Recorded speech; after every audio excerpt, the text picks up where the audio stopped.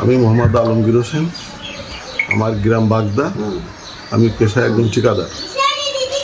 আমার মেয়ের নাম ফারিয়া ইয়াসমিন তিশা। এই অষ্টম শ্রেণীতে পড়াশুনো করে কেশবপুর পাইলট গার্লস স্কুল। এত যত্রে মেয়ে আমার, এই মেয়ে শুনে আমার বলি যাচ্ছে